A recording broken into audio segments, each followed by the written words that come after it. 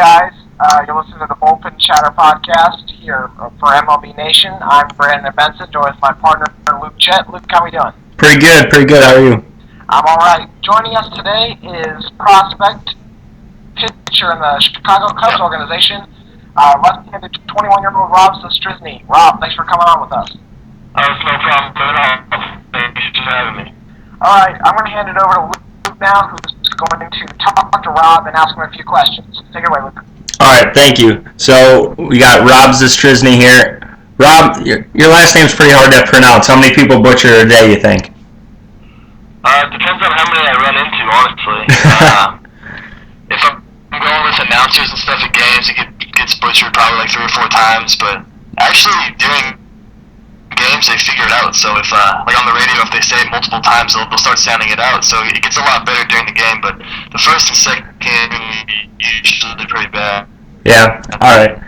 So you were a second-round pick, 41st overall in the draft, drafted by the Chicago Cubs. You passed on your senior season at Mizzou to go to the draft and spent this year in Boise and Kane County. What influenced you to forego your senior season? You know, I just think I was ready to go. My coaches there prepared me really well for what was to come next, and we had a mutual agreement, and I talked to them, and they said it was best, and I loved it there. I wouldn't change a thing, and but I just thought I was ready, and I was willing to go, and I was excited the Cubs drafted me, so, I was just ready to go, honestly. Yeah, as a Cubs fan, too, I'm pretty excited, too. Do you got any Winter League plans coming up? Well, I'm in Arizona right now. I'm doing an instructional league, and I'm going to be here for a month, and then I got invited to a fall workout camp. That's in November, and I'm pretty excited about that. And so as of now, it's only those 2 things. I'm hoping I can find someone to work out with and maybe go back to Missouri for a little bit and train there. But other than that, I'm not sure except for the instructional league and then the fall workout camp. It's good to hear. Good to hear. So you spent last year in Boise and Kane County. Are you aiming anywhere to start next year? Do you want to start in Kane County, or if they bump you up to Daytona, where are you projecting yourself to start?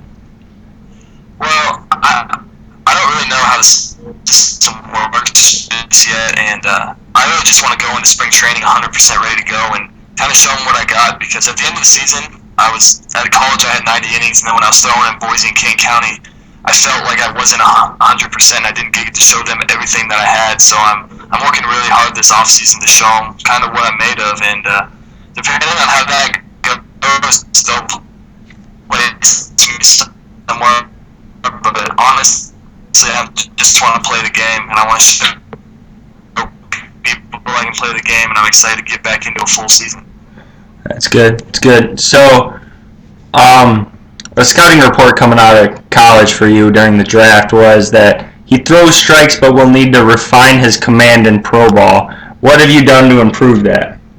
Well, I'm trying to be more directional. That was something that we touched on my junior year of college, and directional being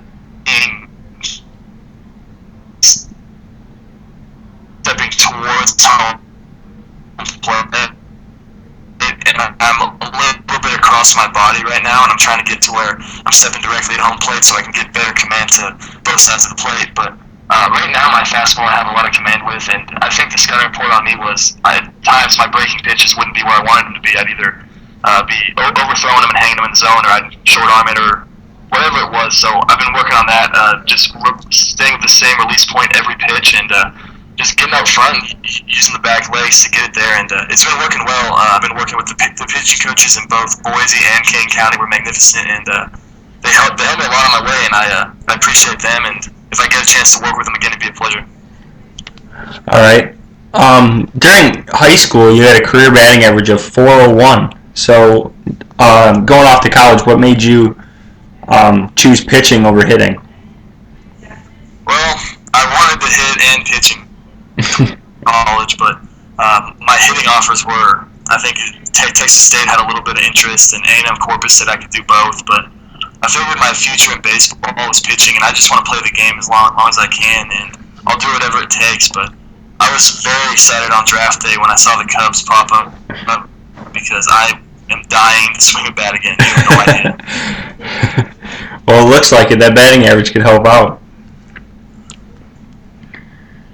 Yeah, I'm hoping it does. So during college, you had a very quick delivery to the plate. Is that translated over to pro ball at all? Yeah, it has. I like to think that I work very quickly because, you're not out there to walk around and make the game last a long time because the slower you work, the more your defense just sits around, and it doesn't help them to be on their heels because, if you're working quick, they have to be on their toes. They have to be ready for everything. Their mind's working, and honestly, if you work too slow, you lull them to sleep. And the other thing is, if you're working quick, the batter can't get comfortable in there off of you. So, I feel like I've been doing the same thing. I might have gotten away from it because, I got caught up in the whole pro ball. This is my debut. I'm not throwing that many innings, so I think I may have slowed it down a little bit, but not intentionally. So I'm working on getting back to just working quick, getting out of the dugout, and then getting back in. So that's what I plan to do when I start next season. Yeah, just watching film on you, I'm no scout by no means, but you kind of look like, you're fast-paced, kind of like a Mark Burley kind of. Yeah, and I've been told that actually he was the one guy I've been told that I throw a lot like, and that's a huge compliment. He's an amazing athlete. You've seen his plays on top 10 and stuff, and I wrote quick because that's what our college philosophy was. Before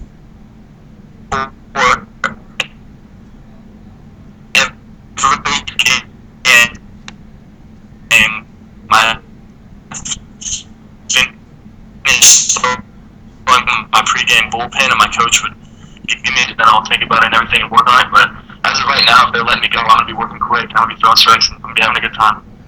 That's good. That's good. So in college, I was watching a video on you, and one of your teammates said that you self-proclaimed the nickname Friday on yourself. I'm glad you asked that because I did not self-proclaim that. Actually, Eric Anderson, a real good friend of mine, and a mentor. He's still at Missouri because of the arm injuries, but he was a mentor to me, and he was the Friday night pitcher my freshman year, and he got hurt, so I took it over. And then my sophomore year, he got hurt again, so I took it over. And so he started calling me Friday. He said, "You're the new Friday, and I want everyone to know it." So he started calling me Friday, and the whole team started calling it, and I just embraced it because at first I didn't like it. I didn't want them to seem like I was the ace pitcher or anything. I wanted to be part of the team and everything, and then they were just like, "Look, we're all a team. We're just giving you a hard time." So I just embraced it, and it stuck. Well, that's good. The guy in the video, I can't remember who it was. It was one of your teammates, but he said, "Yeah, it was John Miles." Who was it? John Miles. He's a character. I love him to death. But has that carried over? Anybody calling you a Friday, or are they just sticking to rookie? No, but a funny story was my first ever pro outing was on a Friday, and all my friends were texting me, and they're like, "Hey, it's still Friday," and so it was a good time. But no, I haven't been called that since I guess season last year from Missouri, but I don't miss it much. People call me Rob Z and Rob here, so it's a lot better. That's good. So, following you on Twitter, you're a pretty active character on Twitter. Yeah, I love Twitter. It's a way for me to talk to the people who want to know how I'm doing and are keeping up with me. And I try to reply a lot to people who message me and stuff, and I love it. It's a way to express myself, and I am kind of a weird kid, and I'm a left-hander, so it's cool. But I love just making jokes and stuff, and I hope people don't take them the wrong way, like some things I say or whatever. But if anyone ever has a question or anything, just ask me on Twitter. You'll get a response quickly, usually. Yeah. So, as your Twitter header too is the Edmonton Oilers. As if people don't know, you're from Canada. How are the Oilers looking this year? You know what? I just bought NHL 2014, and they are the best team on there, so I'm really excited. And I just love them. My parents had season tickets for like 15 years, and I just love hockey now. And I want to be a Blackhawks fan because I might be going to Chicago and everything soon, but I just love the Oilers too much to pick up another team. So I respect the Blackhawks, but I'm just a huge Oiler fan. I got you. All right, well, that'll wrap up the interview with Rob Zastryzny. Rob, what's your Twitter handle again so that people can follow you? My Twitter handle is Rob Zastryzny, and then an underscore, and then an 8. All right, sounds good. So go follow Rob, and Rob, thanks for doing this, and hope to have you back on the show sometime. Thanks, Rob. No problem at all, as long as you keep retweeting my tweets. You know I will. All right, thanks. Thank you guys, bye. Yep. Bye. Bye. All right, now we're on to our next topic, and in case you did not know, Thursday night, the Los Angeles Dodgers clinched the National League West, and Boston Red Sox clinched their first playoff berth. Both of their first playoff berths 2009. And we're going to talk about the Dodgers now. And as I said earlier today, talking with Luke and around with other writers in MLB Nation, the Puig effect. Now, Yasiel Puig usually they deal on June the 3rd. The Dodgers are 65 and 33. They've gone from worst to first.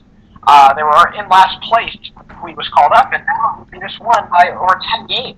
A lot of people are talking, well, Jose Fernandez, Yasiel Puig for rookie this year. And I'm saying, if the award is for most valuable, how does Yasiel Puig back in consideration? What do you think about that, Luke? I mean, the award is for the best rookie the whole year. I mean, I'd give it to Fernandez, but if you're talking about the most impact player, the most impact rookie this year, it's got to be Yasiel Puig, because just the culture changed around there. I mean, Hanley Ramirez has been on fire when he's healthy. I mean, just the culture around the Dodgers changed when he was called up. That personality, that cockiness, that arrogance that Puig brought just fueled the Dodgers. Now, surely you have to give both of them consideration for Rookie of the Year. But what I was saying is, what about MVP? I know people say, oh, it's absurd. I mean, the guy who only played 95 games. But the award is simply most valuable player. And nowhere in there does it say best player. It says most valuable. Some people define valuable differently. Now, some people think, okay, well, yeah, it's the best player. Surely it might be. But who is the most valuable player to a team? I mean, think whether A's would be without Josh Donaldson, or that's just one for instance. But think about what the Dodgers would be without Yasiel Puig. They were 24-32 when he was called up. Now they're 65 and 33 with him. I mean, and here's something I had on to them.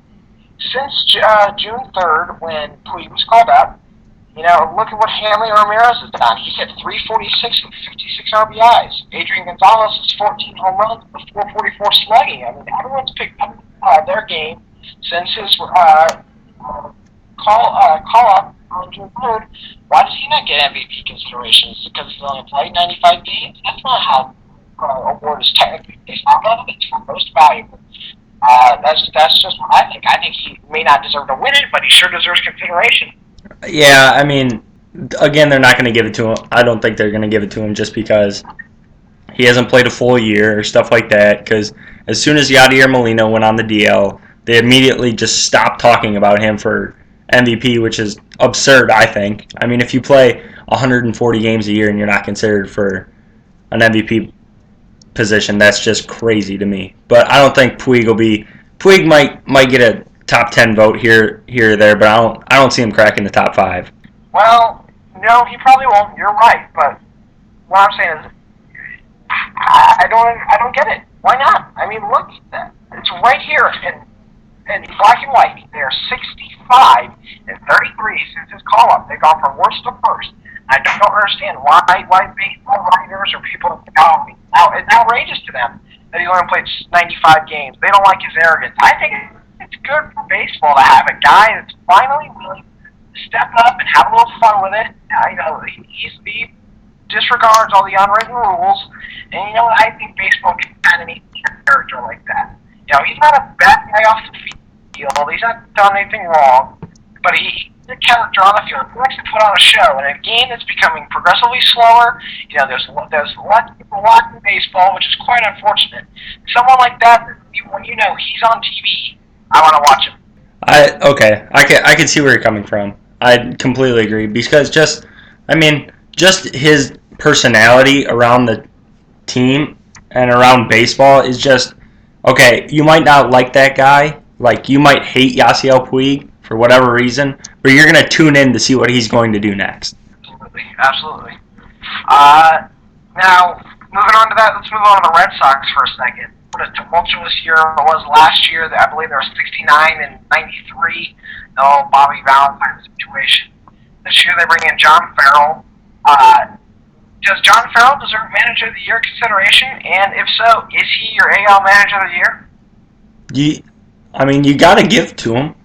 I mean, I don't see where there's an. I mean, okay, maybe if Cleveland made a deep run in the playoffs, maybe I could see that. Or, I mean, Kansas City, Ned Yost.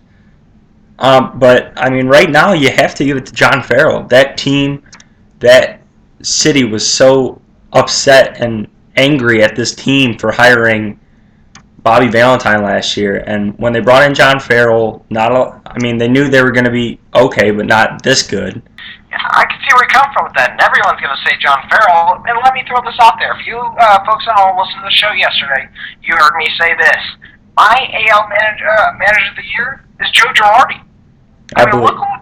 Look how many different guys have been plugged in that lineup. I mean, this year there was a time when the lineup consisted of Jason Nix, Zoilo Almonte, and a bunch of guys you've never heard of.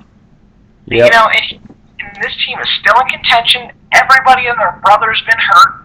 They have not had a single game, and this is a fact.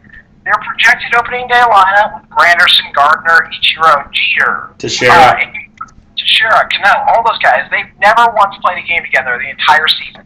And they're still in contention. And I give Joe Girardi IAL Manager of the Year. Yep. I would not be upset if Girardi won. Not at all. They really need him back next year. They really do. Yeah, if you I listened to the Baseball Tonight podcast with Buster Olney, and they had a huge section today on the Cubs manager situation for next year with Swaim and Girardi. If you want that was a topic yesterday we were talking about, but if you want to give that a listen, I strongly suggest it. Do you bring Swaim back if you're the Cubs?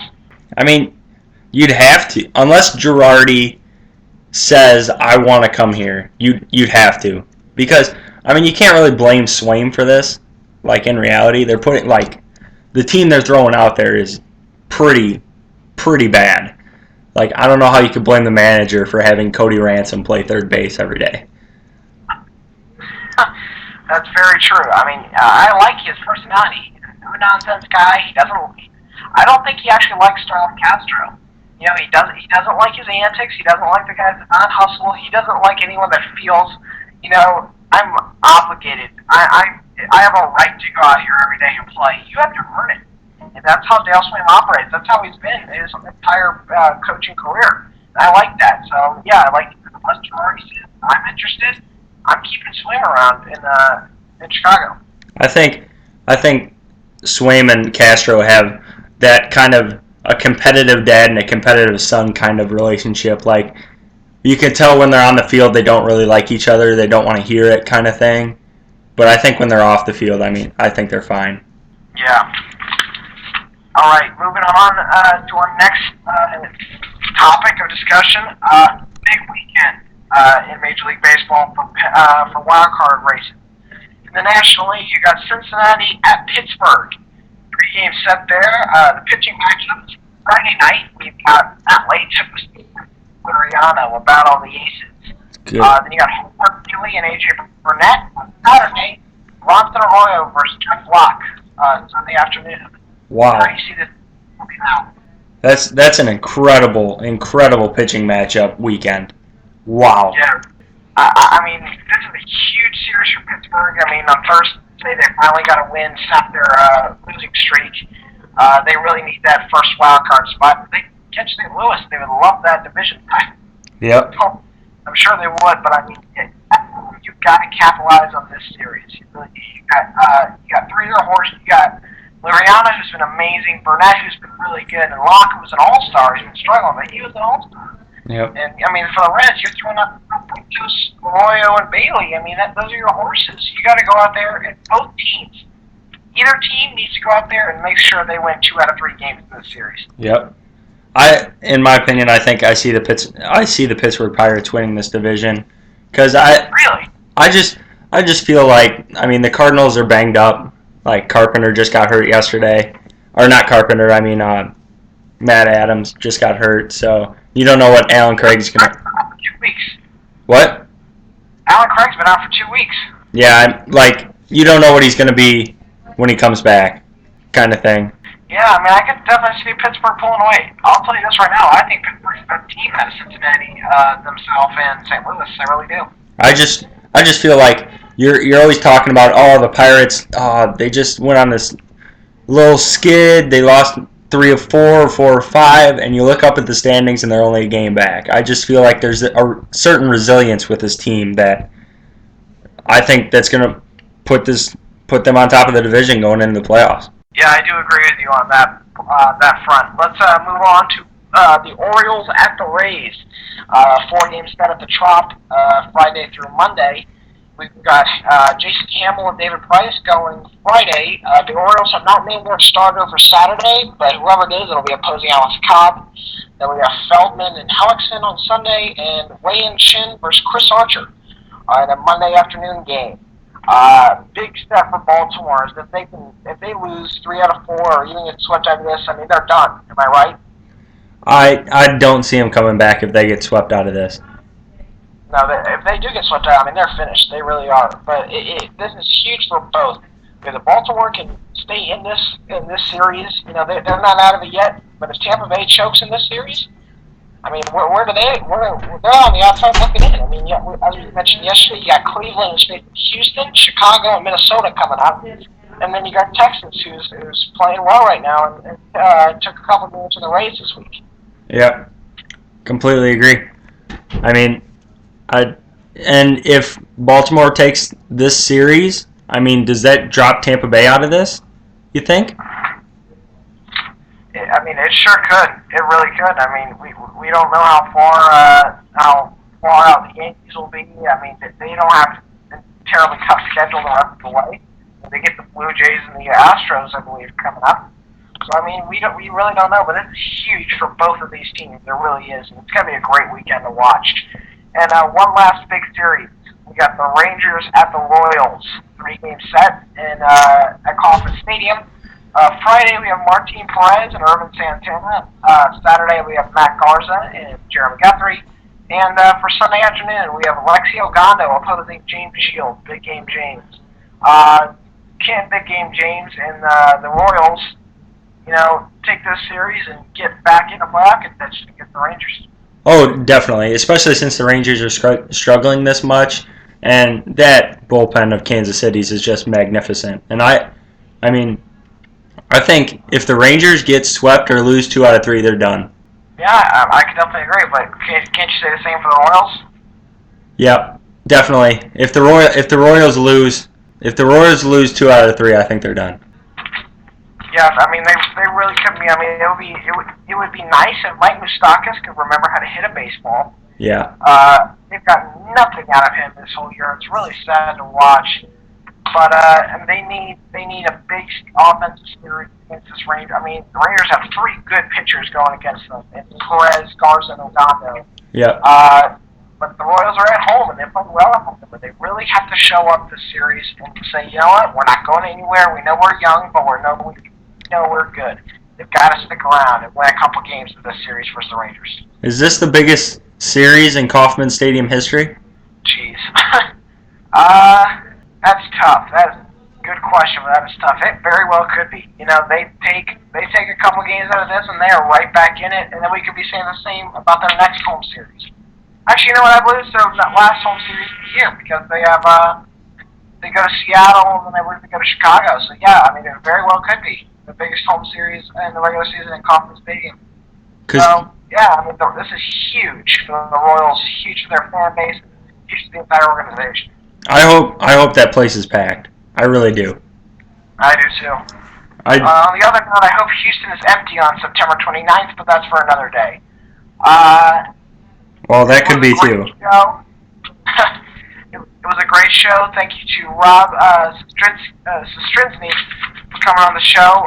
We talked the Dodgers. We talked week, and we talked some big wild card series for this week and then coming up. Luke, it was a good week, and we'll see you guys soon. You can follow me on Twitter at TheBeatTrain10, and you can follow Luke on Twitter at LukeJet10. Make sure to check out some of the best baseball content around on MLBNation.com, and we'll see you next time, guys. Peace out.